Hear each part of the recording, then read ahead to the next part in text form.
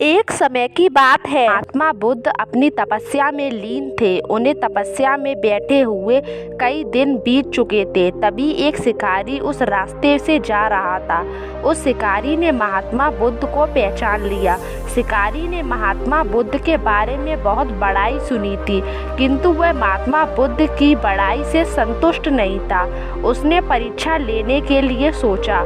शिकारी पहले तो महात्मा बुद्ध को एक छोटा सा पत्थर फेंककर मारता है, किंतु महात्मा बुद्ध कोई प्रतिक्रिया नहीं करते हैं, क्योंकि उनका मानना था शरीर को तकलीफ होती है, आत्मा को नहीं।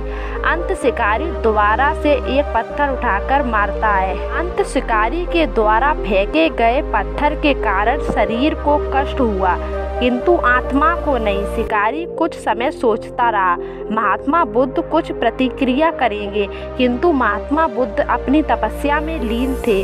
उन्होंने कोई प्रतिक्रिया नहीं की। पुनः शिकारी ने पत्थर फेंका। वह पत्थर महात्मा बुद्ध की आंखों के ऊपर जाकर लगा। उस जगह से खून बहने लगा।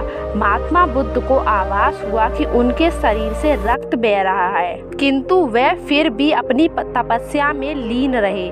शिकारी को गुस्सा आया और उसने पुनः एक पत्थर और महात्मा बुद्ध की ओर फेंककर मारा। महात्मा बुद्ध के शरीर से अब अधिक खून बहने लगा। इतनी पीड़ा महसूस कर महात्मा बुद्ध की आंखों से आंसू निकलने लगे। शिकारी ने महात्मा बुद्ध के पास जाकर पूछा, आपको जब मैंने पत्थर मारा तो आपने कोई प्रतिक्रिया क्यों नहीं की? महात्मा बुद्ध ने बड़े ही सरलता के साथ कहा, क्योंकि इससे मेरे शरीर को कष्ट हुआ है, मेरे मन मस्तिष्क को नहीं। शिकारी अचंभित रह गया। उसने पूछा, फिर आपके आंखों से आंसू क्यों बह रहे हैं? इस पर महात्मा बुद्ध ने पुनः कहा, तुम्हारे द्वारा किए गए अनुचित कार्य के परिणाम के बारे में मेरा मस्तिष्क, मेरी आत्मा विचार कर रो रही है।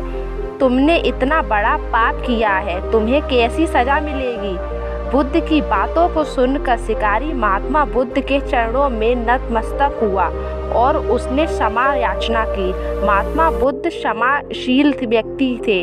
उन्होंने तुरंत शिकारी को क्षमा किया और अपना आशीर्वाद दिया। वह शिकारी महात्मा बुद्ध का आशीर्वाद पाकर एक महान व्यक्ति और साधक के रूप में जीवन व्यतीत करने लगा।